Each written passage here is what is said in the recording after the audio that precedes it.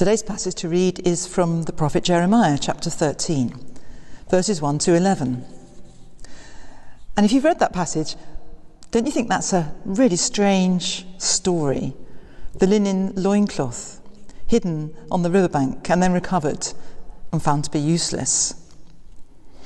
Jeremiah, the prophet, went in for this sort of visual aid in his preaching, a bit like Jesus telling parables, only these were visible and tangible visual aids.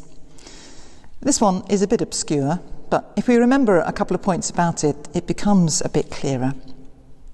First is the fabric. Linen was what the priest's vestments were made of, a sign of holiness, therefore, a sign of commitment and of faith. The linen cloth was spoiled, though. Then a loincloth, which went around one's waist or one's hips, needed to fit tightly, to cling, as the passage says. If it's loose and it falls off, well, that's not fit for purpose, very embarrassing. Equally, if it's too tight, it would not tie securely, also not fit for purpose. Israel was meant to be clinging to God, to be close to God in that covenant relationship. That was no longer the case. So the strange antics which Jeremiah got up to with the linen loincloth acted out Israel's loss of commitment, of holiness and closeness to God. As Jeremiah came away from the riverbank, having recovered the cloth, it would have been very dirty, and it also might well have shrunk since it hadn't been washed before.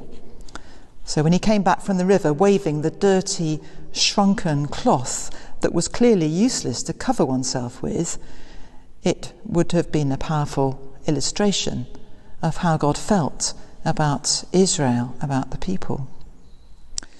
I made the house of Israel and of Judah to cling to me, said the Lord, to be a people, praise and glory for me, but they would not listen.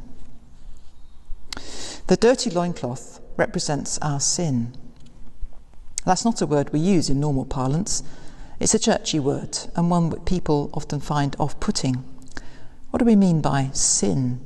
That's a good question for this season of Lent. Well, it means everything that's not quite right with us, everything that doesn't spring from God, who is the source of all goodness, of life, of love, truth, beauty, joy. Sin is the absence of those qualities, the loss of them. Perhaps we understand the word evil better these days. We all recognise the presence of evil when we hear about terrible crimes or awful suffering of innocent children, or of aggressive wars, or of terrorism. And these are all acts of human beings, the results of human choices. There are some types of human evil which we're all implicated in, like environmental damage, for example.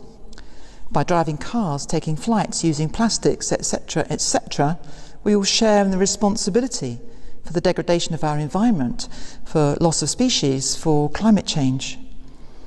To a certain extent, this is unavoidable in modern life, although, of course, there are ways of minimising these activities or of mitigating them. But we can't help being involved. We can't cut ourselves off entirely. So sin applies to all of us to some extent. Also, of course, there's a human tendency to prefer the wrong to the right, to find it easier somehow to go wrong than to do the right thing, which seems to take so much more strength of character, so much more self-discipline.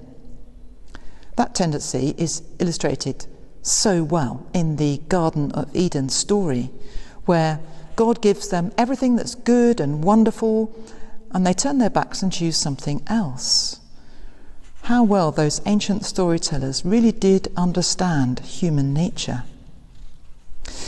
In Lent, we're encouraged to remember Jesus in the wilderness and how he resisted temptation instead of giving in, as perhaps we would, and to pray for strength to resist our own temptations. That's why some Christians during Lent will abstain from certain treats, like coffee or alcohol or chocolate or whatever, to practice self-discipline, to practice self-control.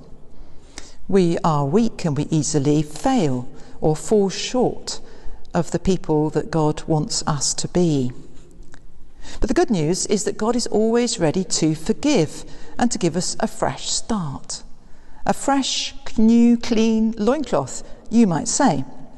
A chance to cling again closely to God and to the God who loves us, warts and all, and who always wills the very best for us.